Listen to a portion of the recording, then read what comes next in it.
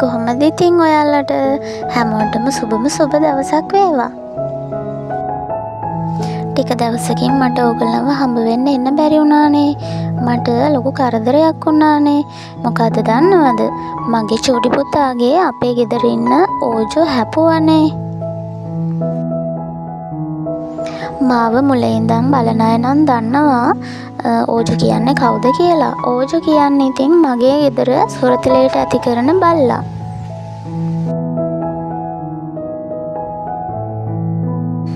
Hospital එකේ දවස් 3ක් මට නතර වෙලා ඉන්න වුණා. බබාගේ ඔපරේෂන් එකක් කරා. ඉතින් ඊට පහුවෙන්ද මේ උයා ගන්න තමයි මම ලෑස්ති වෙන්නේ. මම ඉතින් අද චිකන් හදලා වට්ටක්ක උයලා තව දම්බල මැල්ලුමක් තමයි හදාගන්න හිතාගෙන ඉන්නේ.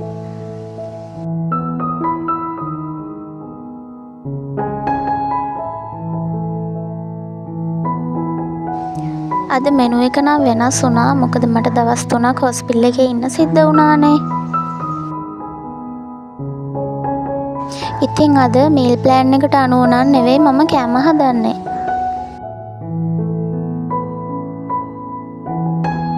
මොකද ඉතින් අර දවස් 3ක් ඉන්න සිද්ධ වෙච්ච නිසා හොස්පිටල් එකේ නතර වෙලා මගේ අර ප්ලෑන් ඔක්කොම වෙනස් වුණා.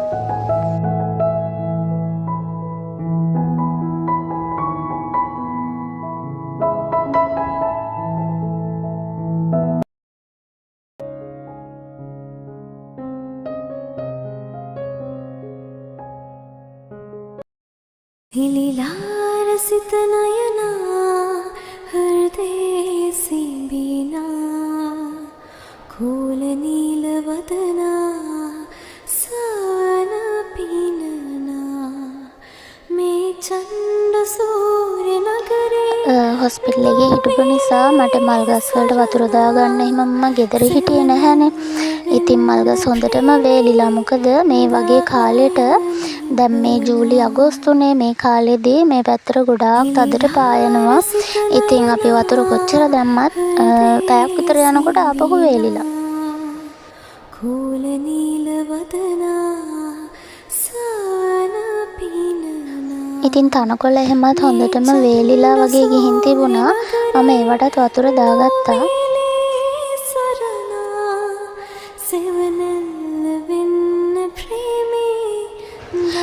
මේ බලන්නකෝ අපේ පුංචි බිලින් ගහේ කුරුළු කූඩුවක් හදලා තියෙනවා. තවත් කූඩුවක් තියෙනවා. මං ඔයාලට පෙන්නන්නම්කෝ. මේ තියෙන්නේ ඒක තමයි. ඒක නම් බිත්තර දෙකක් තියෙනවා. මේ කොබෙයියොන්ගේ කූඩුවක් තමයි තියෙන්නේ. වහලේ තමයි බැඳලා තියෙන්නේ.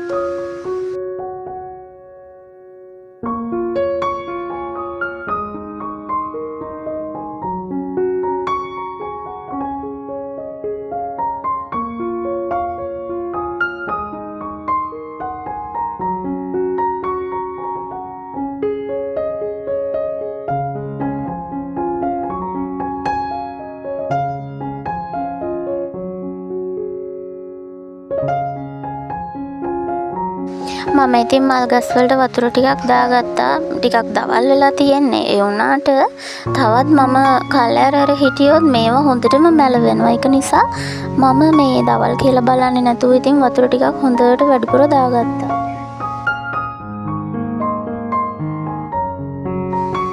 ඔය පේනවනේ ඔයාලට අවුවේ තියෙන සැර හරිම අවුසරයි. ඉතින් මේ කාලේට ඔය වී වේලන්න පොල් වේලන්න එහෙමනම් හොඳයි.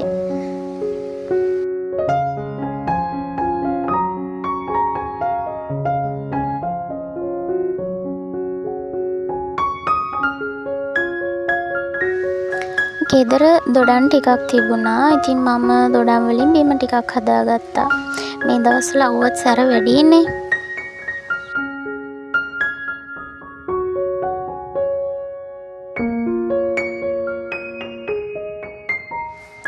උදේ ඉතින් මල් වලට වතුර දාගත්ත නිසා මට ගෙවල් අස් කරගන්න වෙලාව මදි වුණා. මම දැන් හවස් වල තමයි මේ ගේ අස්තු ගන්නේ.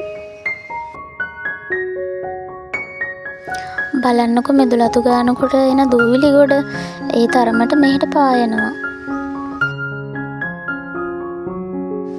ඉතින් මට මෙදුලතු ගා ගන්න නම් උනේ පහුවෙනිදා උදේ තමයි.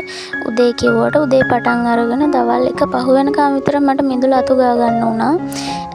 ඒකට හේතුව තමයි දවස් ගාණක් මිදුල අතු ගා ගන්න මේ මම ගෙදර හිටියේ නැහැනේ.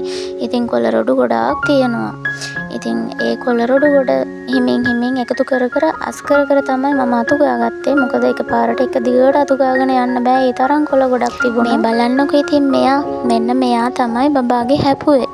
හපලා ඉතින් ඉරාගෙන ගිහිල්ලාම මේ මැහුම් ගහන්නත් උනා.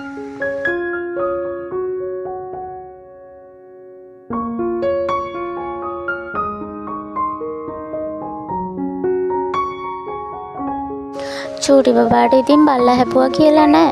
බල්ලොත් එක සෙල්ලම් කරන්න නැතුව ඉන්නම බෑ. දැන් ඉතින් ඔය අනික් බල්ලව අවුස්ස ගන්නවා. බලන්නකෝ ඉතින්.